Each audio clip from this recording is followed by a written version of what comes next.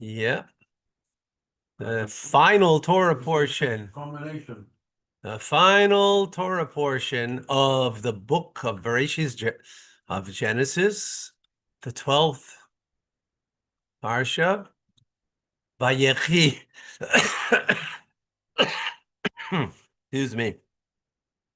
Baruch atah Adonai L'chaim she'achal v'vorei. L'chaim, l'chaim. Okay, well, let's get right into it.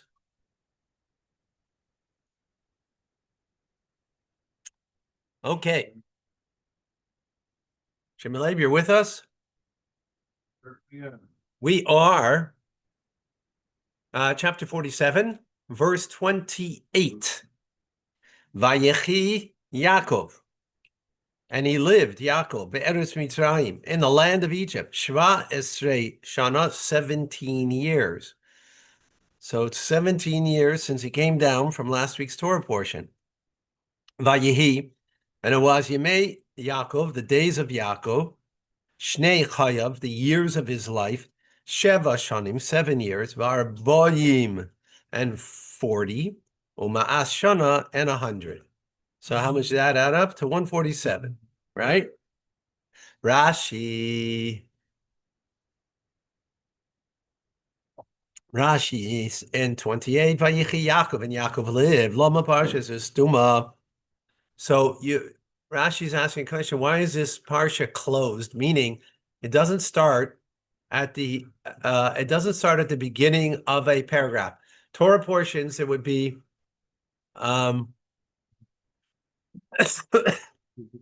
there's a space between, right, between Torah portions, right? But here there's no Torah, there's no space.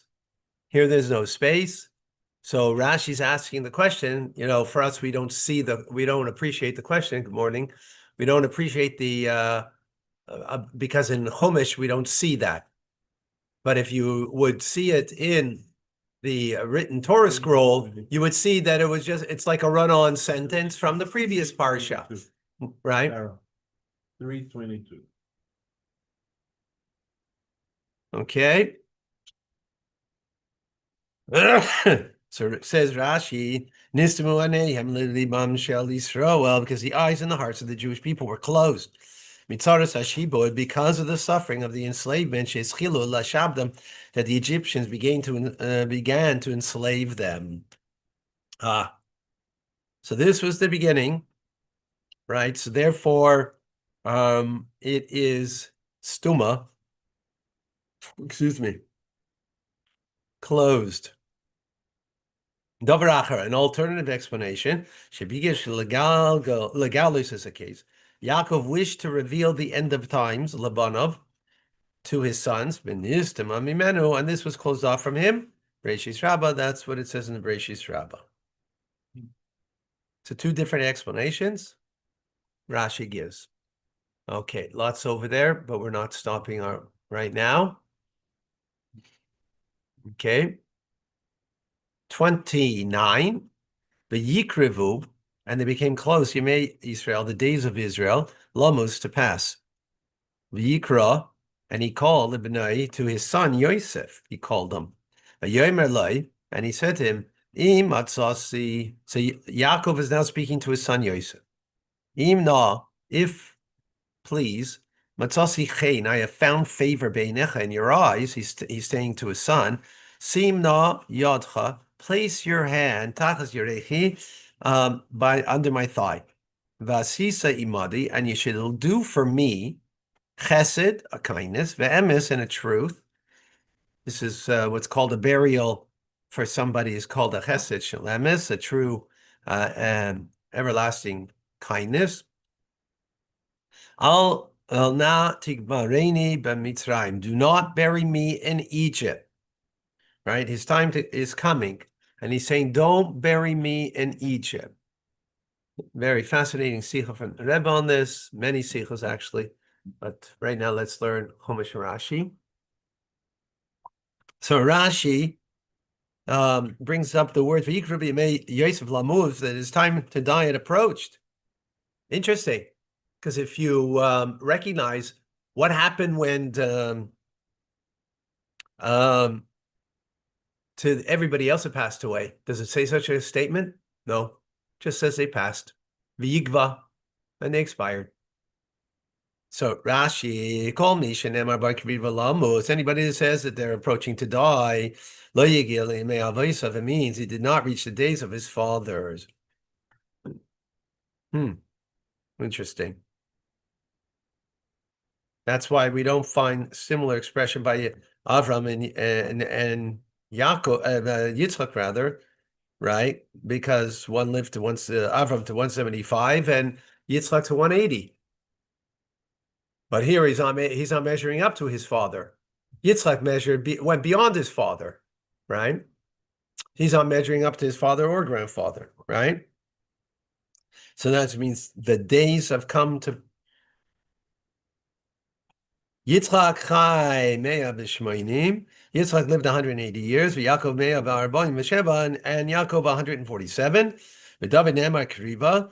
David also uses the term approaching to die. Aviv Chai Arba Mea Shana. His father lived 400 years. V'hu Chai Shivim, and he lived only 70. Yikra le'bnai Yosef, and he called his son to Yosef. Why did he call Yosef? Because he's the one who has the ability to allow us to act, right? He's the second in command. Simna yadcha, place your hand. Hishaba. This is a idea of an oath. Where do we have this? Eliezer took an oath, a similar oath by Avram, right? Ishai lived 10 years. Yeah, it's interesting. Yeah. I never heard. So I don't see the significance of what Rashi is getting at, that Jacob lived less years than his father did. I don't see that significance at all. I'm not certain. The point it's important because he mentioned it. I'm not certain that the significance of it is I mean, it's a good question you're asking, but I'm not certain in learning Rashi that's the question. Rashi is bothered by the terminology, right? We don't find this terminology used by Yitzchak or by Avraham, right? So why is it being used over here? So Rashi is explaining the usage of the terminology. Now you have a good question. Why would the Torah want to tell us this? That's a good question. A independent question of the understanding of the text, right? It's why would Torah, what's the difference? That's a good question, but not necessarily is that a question in Rashi's domain, right? Rashi's domain is say, give us an appreciation of the words of what the Torah are the words are coming to say. Why it's coming to tell us? Sometimes he'll tell us, sometimes he won't tell us, sometimes it is a question, sometimes not a question. But he focuses on he believes there's a significant passage in the Torah, and that's why he's focusing on it. So it's obviously there's a reason that he's mentioning not once but twice that the son lived a shorter length of time than the father did. Of course, it's significant that the Torah is telling us that. Again, we don't notice it, but that's not what that's not Rashi's duty. It is to come and explain significance of what the Torah is saying. That's not necessarily the simple meaning of the text. Sometimes it may be, and sometimes it's not the significance or his duty. His duty is to explain the text, the understanding of the simple meaning of the text, not necessarily what's behind that, right? Sometimes he does and sometimes he doesn't. Sometimes it is important, sometimes it's not. Okay, a good question, excellent question. Shai outlived his son. And Shlomo too. Wow. Yeah. Yeah. Tzorachiyad. Okay, Chesed b'yemes, next Rashi. Kindness and truth, he says to him. Chesed shoysim iman amesim. This is the kindness you do for dead people. Who chesed shalemis. It's called a kindness of truth. a genuine kindness. Because one doesn't expect a reciprocation, right? In other words, you're doing something for someone who passed away, you didn't get anything in return because the person ain't here anymore, right? When you do a kindness when the person's alive, there's always in the back of the mind, that there'll be a payback, right? From your kindness. Here there's no payback. Continuing Rashi, Al na'atik b'reinu b'Mitzrayim, please do not bury me in Egypt. In the end, the soil will turn into lice. Merachashin tachas gufi, and they will crawl beneath my body where I'll be buried if I was buried in Egypt. She'ein meisei chutz la'aretz chayim. That's one explanation. Second explanation is he doesn't want to be buried in Egypt because the dead outside of the land of Israel will not live again in the time of Tchias HaMesim, but the only way that they will have Tchias HaMesim is with the pain of rolling through the tunnels. That's the second explanation. The third explanation is that the Egyptians should make me into a pagan deity. Beautiful sikha that we will learn tonight. Torah studies, if you come and join me for Torah studies tonight, there's a beautiful sikha on this, of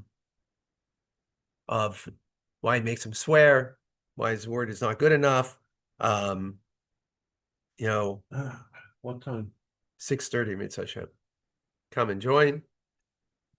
It's actually a fascinating idea of the difference between why is Yosef buried in Mitzrayim? If this is the case over here of all these things, so why is Yosef buried in Mitzrayim? Does that make sense? Right? If this is the explanations over here. He's in a coffin, metal coffin. Okay, but he's still buried there. So that's the first explanation. He still could be a deity, right? Still be a deity. Chafei. PLS. Project Likutei Sichos. Okay, verse number 30. V'shachafti im avoisai. I will lie down with my forebearers. V'nesasani mimitzrayim. And you should transport me out of Egypt. Tani, and you shall bury me bikvurosam in their burial. In others, where they're buried. V'yomer, and he said, Anechi esek kidvarecha. And so Yosef responded, I will do as you said, as your request. Rashi in 30. And I will lie down with my fathers. Vav zu v'shechavti, and I will lie. This is connected above the beginning of the verse. To place my hand under my thigh.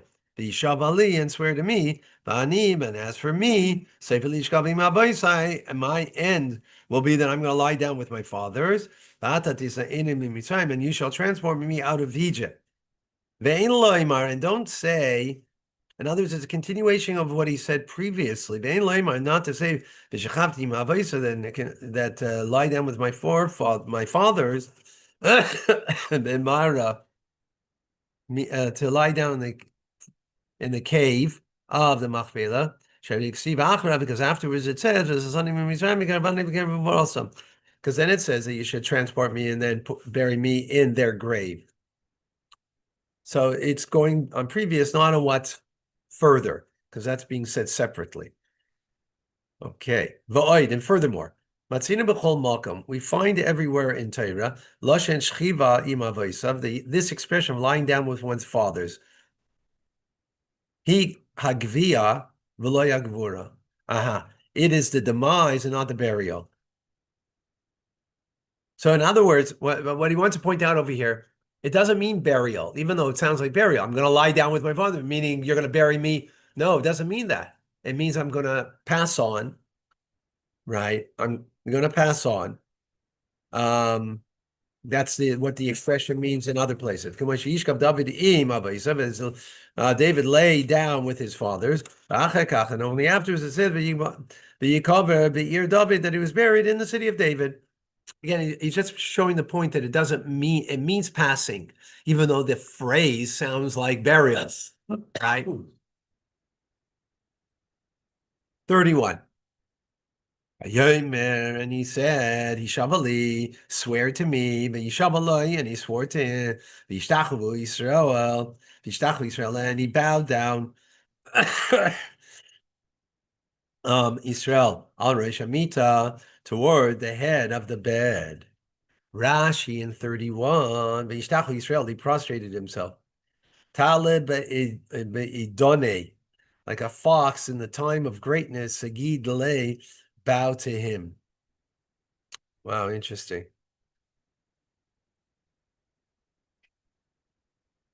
But why did they use What? why did they use an analogy to fox as this they're comparing Joseph with fox? Eventually, the fox will lie down with the hare. No, that's not what it means. No, that's not what it means. No. That's when the fox lies down with the hare, in my opinion. No. That's not what it means. No. In other words, Hello, Shimileb. when there's peace everywhere. Shimileb. No, because it's wrong. It's wrong. Don't call me a Rishal anymore. Okay. It's wrong. That's not what Rashi's coming to say. Rashi's coming to say. Can I explain? He doesn't have an inner meaning. He just gives the surface meaning. The Shimileb. what is it called? Shimileb. Okay, Shimileb. Right now, we love you. I want to comment. You're right. Because because it's not it. Right. Listen to what Rashi's coming to say. So Rashi is bothered. Why is he bowing? If he's bowing to him because he's the second in command, he should have bowed to him when he first came. Why is he bowing to him now? Why is he bowing to him now? And this is the idea of the fox. The other animals don't bow down to the fox until they need the fox. He needs him now, so therefore that's why he's bowing down to him. He needs him that he should bury him, right? So he's not burying him. He's not bowing down to him because of his greatness. He's bowing down to him because of the need that he has, and that's the metaphor of the fox. Okay?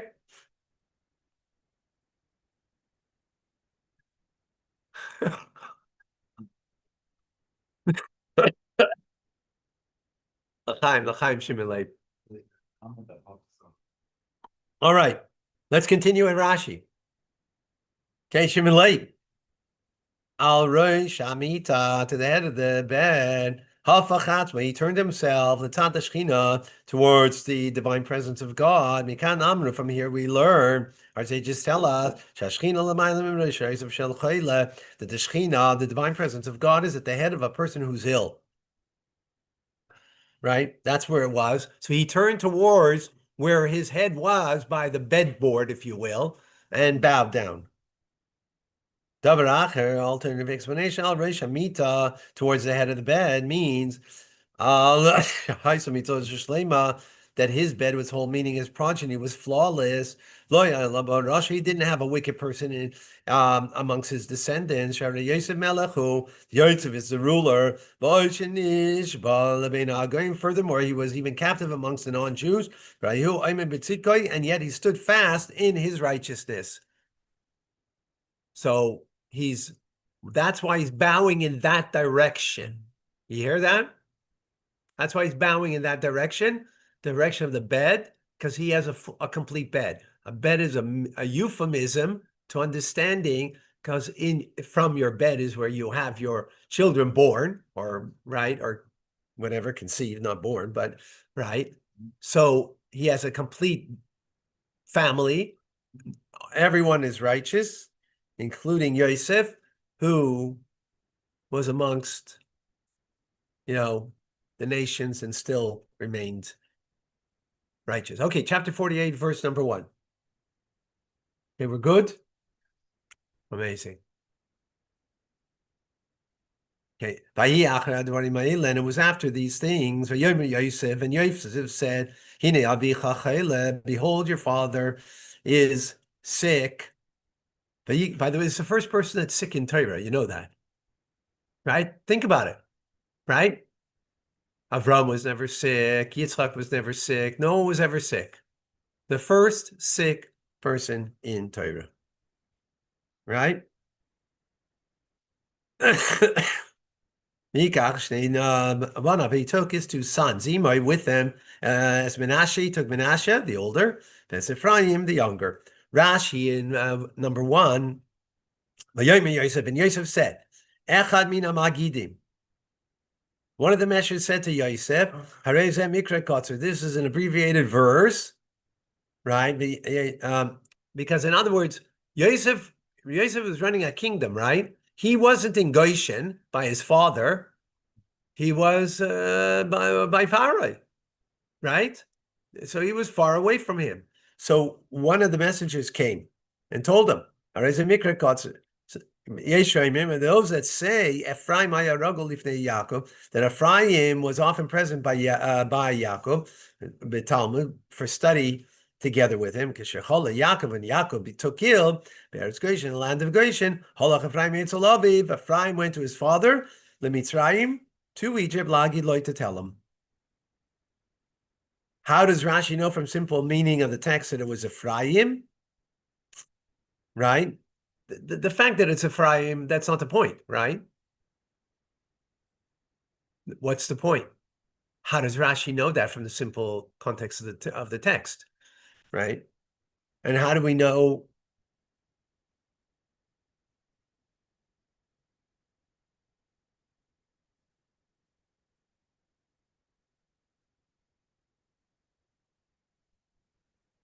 Right. Well, because it says he said to Yosef, so it has to be somebody, right? Said to him.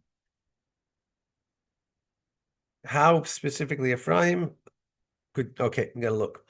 He took his two sons with him, Yaakov, in order that he should bless them before he passes on. Okay, verse number 2. And it was told to Yaakov, and he said, and he said, so he told to Yaakov, and said, behold, your son Yosef has come to you. He's chazek, and he strengthened himself, Israel strengthened him, Yeshev alamita, and he sat on the bed, right? He was sick, so he had to strengthen himself to V'yagid, and he told, Hamagid li Yaakov, the messenger told Yaakov, Le me. It doesn't say who told him. And many verses are abbreviated as this one. But he's Chazik Israel, and he exerted himself. Amar, and he said to himself, although he is my son, Melechu, he's a ruler. So even though he's my son, but he's the ruler, I'm going to accord him honor.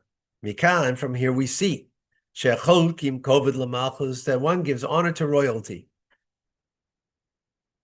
And similarly, Moshe did the same thing. He also gave honor to royalty. Then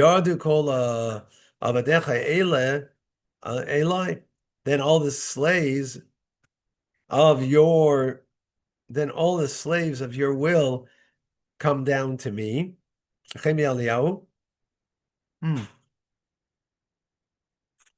That's about the honor that he showed to Pharaoh. And also Elijah the prophet, he showed honor to royalty. The Shanes Masnov, he girded his loins. I don't know how that shows it exactly, but finally, how we said that it was Ephraim. I don't know. I have to look. I think the Rebbe explains, but I don't remember. I don't remember. Okay, verse number 3. Yeah, we're good? Vayemer Yaakov. So Yaakov says, El Yosef to Yosef, Kel Shakai. Kel, my Shakai, names of God. Nira Eli, he appeared to me. Beluz, in Luz, Be'eretz Canaan, in the land of Canaan, Be'yivarech Oisi, and he blessed me. Okay. Nothing, no Rashi. 4. Vayomer Eli, and he said to me, Hineni, behold,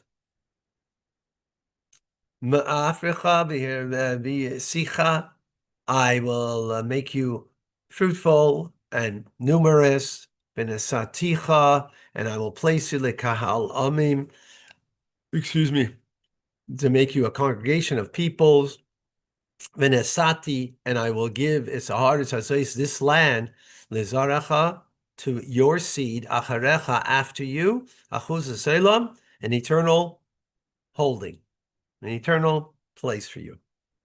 Right. Number 4. V'nesati lekalami, I will make you into a congregation of peoples. Bisrani, God informed me. So follow carefully what Rashi is saying over here. I made you into a congregation of peoples. What was that? That they're still destined to come forth from me, a congregation who are peoples.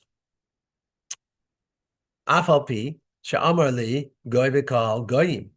Although he said to me, a nation, a congregation of nations, goy amar li al binyamin.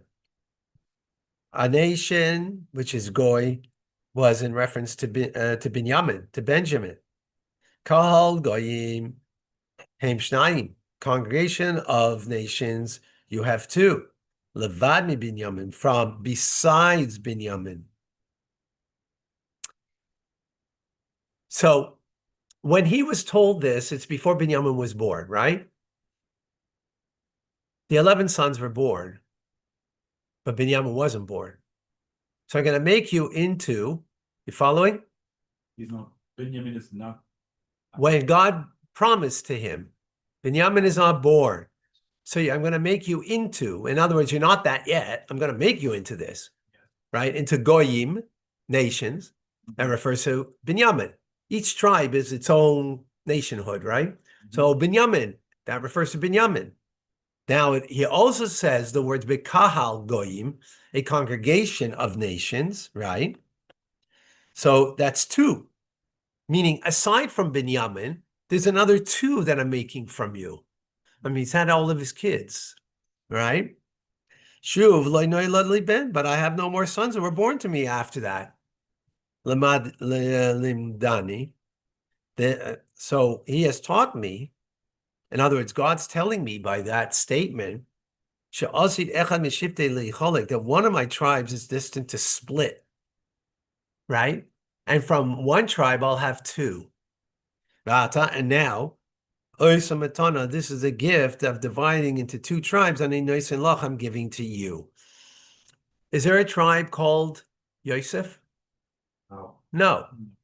What is it called? Ephraim and Manasseh. This is where it becomes right now. Where he splits Yosef into 2. Why? That's what Rashi just explained over here, right? That when God promised to him, right, about the giving the land, who's he giving the land to? He's giving to the land of his descendants. Well, who are his descendants? Well, his children. But there's still more children. They're goyim to be, he said, the term again, let's go back on it for a second. Goy v'kahal goyim.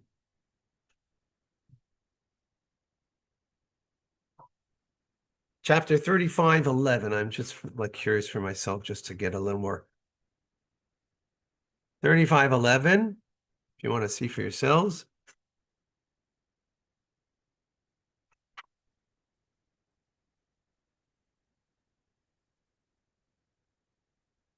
Right, 35:11 in Chumash.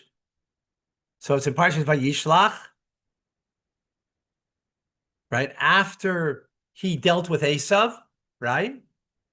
After dealing with Esav, so God promises him, right? After he calls him Israel, the very next verse, after he calls him Israel, so he says, God says to him, I revealed myself to you in Kel Shakai, fruitful and multiplied. Goy, kahal goyim mimcha. Nation and a congregation of nations will come from you. Yeah, will come from you. I mean, already came from him. He already had 11 kids, right? So that verse is saying, Goy means who? Binyamin. That's one nation. Kahal Goyim is a multitude of nations, minimum 2. So now he doesn't have any more kids. Who is it going to be? Oh, it's going to be Yosef is going to be divided into 2, Ephraim and Manasseh, and that's what's going to happen right now. So at that point that you just read, 3 more were to come. Benjamin, Ephraim, Manasseh. They were. That's what it says, right? Exactly.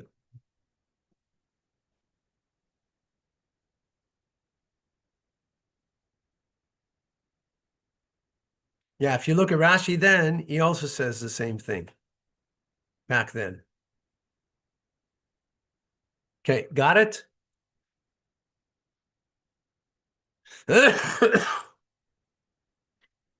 Verse number 5. Ata, now, Shnei Banecha, your 2 sons, that were born to you, Be'eretz Mitzrayim in the land of Egypt, Aboy Alecha, until I came to you, Mitzrayim to Egypt. Lihem, they're mine now. They're mine, right? Ephraim and Manasseh. Ephraim and Manasseh, Reuben are considered to me like Reuben, Shimon, and Eli will be to me. Rashi, number 5.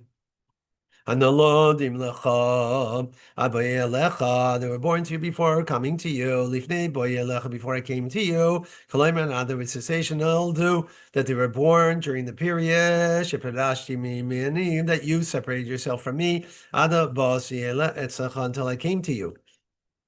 No, I'm not certain what the significance of that is, but Lihem, they are mine. Kecheshbin Shar Ba'anayim, they are part of the total of my sons, even though they're grandchildren, but they are part of my sons. Li Tochel Bars. In what manner? To take a portion in the land of Israel, each Kenegdai, each man like his counterpart. Just like Reuven and Shimon get, Ephraim and Manasseh also get. Verse number 6, and but the progeny that will be get to you, that will come after them, you, they belong to you. Al Shem Achehem, they will be included under the name of their brothers, Ikaru Benachalosam, that they will, with regard to inheritance. Rashi number 6, but the progeny, if you beget more sons, they're not going to be included in my sons. Ella, rather, they're going to be included in the tribes of Ephraim and Manasseh. But they will not have a distinct name amongst the tribes of Israel. With regard to possession of the land of Israel. And even the land of Israel was divided by the size of the tribes of population, as it says, that the numerous ones shall get an increase in their inheritance. And each individual getting their portion, B'Shava receives equal portions equally, except for the firstborn. Nonetheless, the sons of Yosef won't be called tribes, but these 2, Ephraim and Manasseh. Okay. Verse number 7. But as for me, I came from Padan. I came from Padan. Mesa Lai Rachel. Passed away upon me Rachel, Be'eretz Canaan, in the land of Canaan, Derech Oed Kibras Eretz Lavai, while it was still in the land to go to Ephras, And I buried there, Baderech, on the path, Ephras, he Beis Lachem. And of Ephras, and which is Beis Lachem. Rashi in 7. Lengthy Rashi. But as for me, when I came from Panaram. So Rashi's bothered, like, what's he bringing this up? How's this got to do? He just made Ephraim and Manasseh of the tribes of Israel. What's the discussion got to do with Rachel and her passing? How does that fit in over here all of a sudden? So Rashi says, although I trouble you, it's Canaan to make me to trouble you to bury me. He's going back to the original issue. What's the original issue? That he's going to be buried in the land of Israel, and he's bothering Yosef to do that. He made him swear to do that, even, right? So he's coming back to that. So I'm making it to bring the land of Canaan, but I didn't do that. Your mother, she died near Beis Lachem. I didn't take her into, I didn't, if you will, bother myself to go, if you will, right? Right? He's saying, right. Kibras Eretz, by the Kibras of the land, Midas Eretz, this is the measure of the land, Mehem Alpayim Amma, 2,000 Ammas, Kimidas Tchum Shabbos, which is the measure of Tchum Shabbos as far as you can walk outside of the boundary of a city on Shabbos. According to Moshe Darshan, with these words, Yaakov continues to apologize to Yosef and says, I don't say that rain prevented me to take her to bury her in Hebron because it was the dry season. The land was hollow with hollows and holes like a sieve, right? It was, in other words, I did not bury her because it was difficult, rainy season, and therefore I had to bury her where she died. No, not the case. I buried her there. I didn't even take her to Beis Lachem, to bring her into the land. And I know you have hard feelings about that against me. But no, that I did it by the word of God. That I buried her there. That she should be an aid to her children, to the Jewish people, because when Nebuchadnezzar will exile them after the destruction of the first holy temple. And they would all pass by Rachel's tomb. And Rachel would go out al kivra onto her grave of boicha, and she would cry, she would weep, and seek mercy for them. Shenema, as the verse says, called Baram Nishma, the voice is heard in the heights.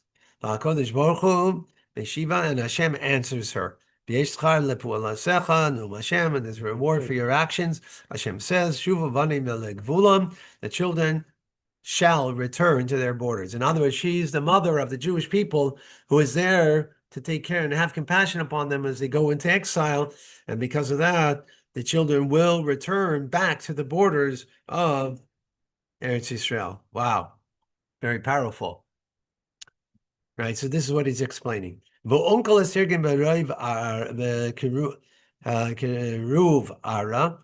translates as the plowing of the field. The equivalent of an amount of days plowing. But I say that there was a certain amount which we call an equivalent of one plowing, and in Old French, sherud. Like the Talmud says, karev pisani. He plows and he does it again. The common karba, as much as the soil as a fox brings up from the passing through the plowed field. Not exactly certain that last part. I'd have to take a look a little more, but I want to get finished over here. So we're going to go to verse number 8. going to come back and explain what's going on there with Uncles? It seems to be completely out of context with the rest of the paragraphs. he's going on the words. What does it mean, kivras? What the word kivras is just it's a different nuance on the word. What the word kivras means. Does it mean 2,000 amma? Does it mean which is a measurement in space? Does it mean an area of plowing? That's the issue at hand. So it's not such a yeah. What's the purpose of it? Is that, A good question, but we're going to truck right now because I want to finish. Okay. The story where there was a hole in the fence and the fox went through. And then Maybe he I'm not ate so- and he couldn't go out. He was Maybe I don't trapped know. inside. I don't know. I'm not good. Maybe. Google. But anyway, let's if we have time, we'll go back. Verse number 8. V'yar Yisrael. You know, I'm still a little bothered by this verse. It seems to be so much out of place. Like, why wasn't it said earlier? Not at this point. When he made him take an oath, that would have been in the place. Then I buried her. I know you have something, you know, and you. But now he's making the two boys into tribes. Like, how did that fit in all of a sudden? He placed it over here, right? And look what's further. V'yar Israel, and Israel saw as b'nei Yosef, the sons of Yosef. And he said, who are these? Rashi, number 8. V'yar Israel is b'nei Yosef, and Israel saw Talking about verse Joseph's sons. Yeah, it seems out of place, completely out of place. Well, I think what he's saying, The, you don't want my opinion, but not now, because I want to finish. At the end, we're going to come back. Okay? I'm staying at 10:30, it's way past my time. I know. Don't worry. We'll let you go to sleep after that. Thank you. I'm just gonna interrupt now because I got only a couple of minutes left. So my apologies. Okay. Okay. V'yar Israel es b'nei Yosef. He saw the children of Yosef. Bikesh lebrachim. He wanted to bless them. And he stopped the Shechina mimeno, and the Shechina departed from him. Lefisha osid Yorav v'achav latzis from Ephraim, because Yeravam and Achav are destined to come out from Ephraim. V'ovanov and Menashe and Yohel and his sons from Menashe. Wow. You didn't read the pasuk. Yeah, I read it. Yeah, I read it. Yeah, I read it. He said, who are these? All of a sudden, the Shechina left him. And he realizes that they're not fitting to get the blessing. He wants to give them a blessing. And that's why, like, who are they that they're not fitting to get the blessing? Because this is who's coming out of them in the future. but are they not good people? Huh? Are they not? No. That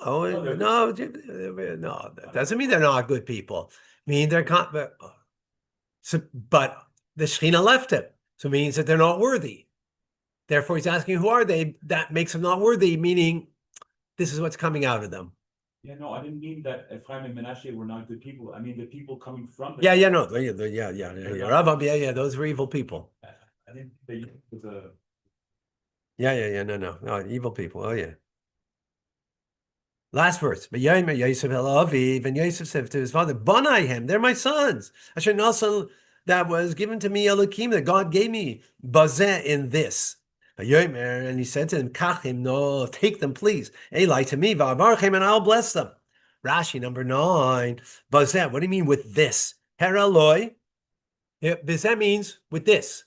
See what this is? With this. With this means you're showing something. Yeah. Right? So what's he showing? So Rashi says, Shtar Erusin, the document of marriage. Shtar Ksuba, and the document of Ksuba, of the marriage contract. And Yosef thought mercy ala davar concerning this. And the Holy Spirit rested upon Yaakov, and therefore he blessed his sons. Wow. Well, this all needs explanation over here. Take them to me, and I will bless them. Because of this, what the verse says, Targilati Ephraim, I led Ephraim, Kachim al Azrael. He took them upon his arms, which means Tergalim Ruchi v'Yaakov. I led my spirit unto Yaakov, Bishvil Ephraim, for the sake of Ephraim, Ad shelacham al Azrael, until he took them upon his arms to bless them. Okay. Well, he's saying that the Spirit of God came back to him, the Shekhinah, in order they can bless Ephraim. Why is that? No, but why Ephraim? It says both of them. I don't understand Rashi. Follow my question? The verse says, take them, I'll bless them. It's them, not singular. So why is he saying Ephraim over here? Wasn't Achab, what am I reading here? Achab born from Ephraim? Achab, Yeah. later on. Yeah. Achab was the king that brought idol worship back to back to Israel and married Jezebel. Yeah. Yes. So he's blessing the hope that it's not, I think, in the hope it's not gonna happen. I would imagine. Good question. Good question. We need more to look.